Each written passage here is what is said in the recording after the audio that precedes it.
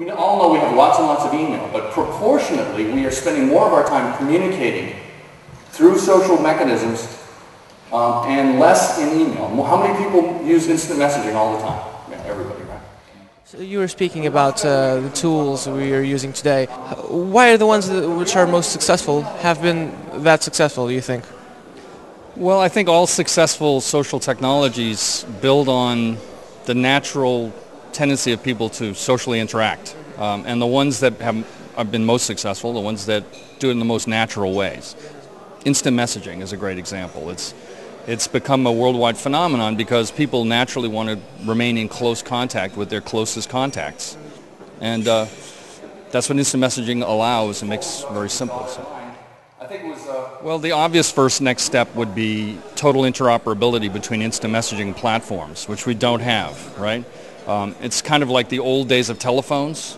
You belonged to one telephone company and you couldn't call anybody who was on the other telephone company. I mean, that was pretty stupid. In the United States, we solved that problem by having an AT&T monopoly for a long time. And then they broke that up because they realized it was technologically feasible to still allow interoperability.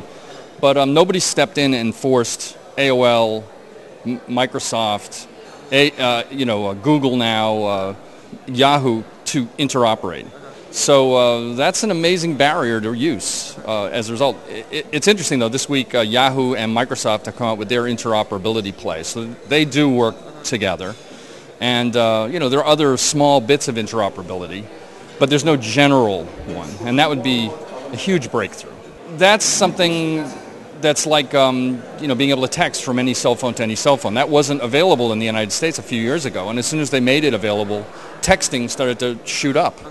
As you might imagine, the same thing will happen with instant messaging. We'll go from whatever it is now, 10 billion messages a day, it'll become 100 billion messages a day as soon as you can message anybody. You also mentioned newspapers being on the verge of extinction, as opposed to the growth of blogs. How can we continue to have, certainty in our information? Well, in the States anyway, the economics of, printed newspapers, I mean, it's obviously on its last legs. It's just a matter of when are they going to shut the doors. Some of those companies will successfully go online, and they'll make that transition, and some won't. And it may well be that some specialized publications, like the Wall Street Journal, doesn't seem to have any problems. I mean, because it's such a specialized publication, it's all about business all the time, that they seem to be doing all right. So what you'll see, it'll be spotty. Some companies will do well, even though their biggest competitors will fail. So there's no certainty in any of that, though. And typically, small regional newspapers in the United States are doomed. The end. And people are already getting their information elsewhere, which is why they're not making any money. About future tools that may be invented, could you name us one which would be, really necessary, for instance? Not to give away any good ideas, but Well, no, I do that a lot. I throw a lot of ideas on my blog. I think the area that's of most interest now for a lot of people are tools that bridge the online and offline worlds. So, for example, I mentioned one today that does this. This service called Places with a Z, Places. And I use it all the time to let people know where I am, but I also have the client running on my desktop so I can see who of my friends is somewhere nearby. So for example, go on a trip to Boston, I can just glance at the map and discover that 5 of my friends happen to be in Boston. Let's get together.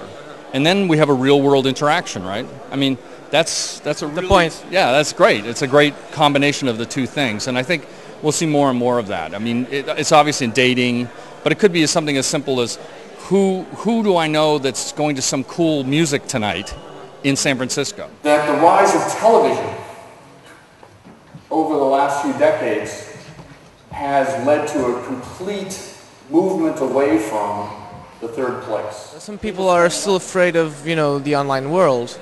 How do you think they will surpass this, or how this will be surpassed? Because it seems like an inevitability. I don't know. Well, I think that's one of those generational things, right? The older a person is, the less likely they are to use any of these technologies, and the younger they are, the more likely they'll think that these things are totally natural, and a given.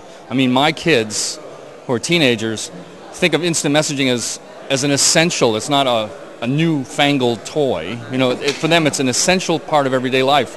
The same thing is true of younger people when it comes to you know, social networks like MySpace or whatever.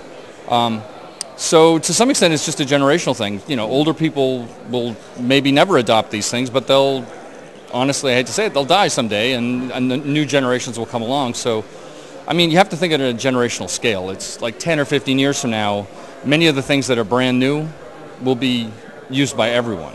And then others, like Robert Putnam, point out that it's through these kinds of looser connections, what other people call weak ties, it's one of the most fertile places to find work or a future mate or someone to date.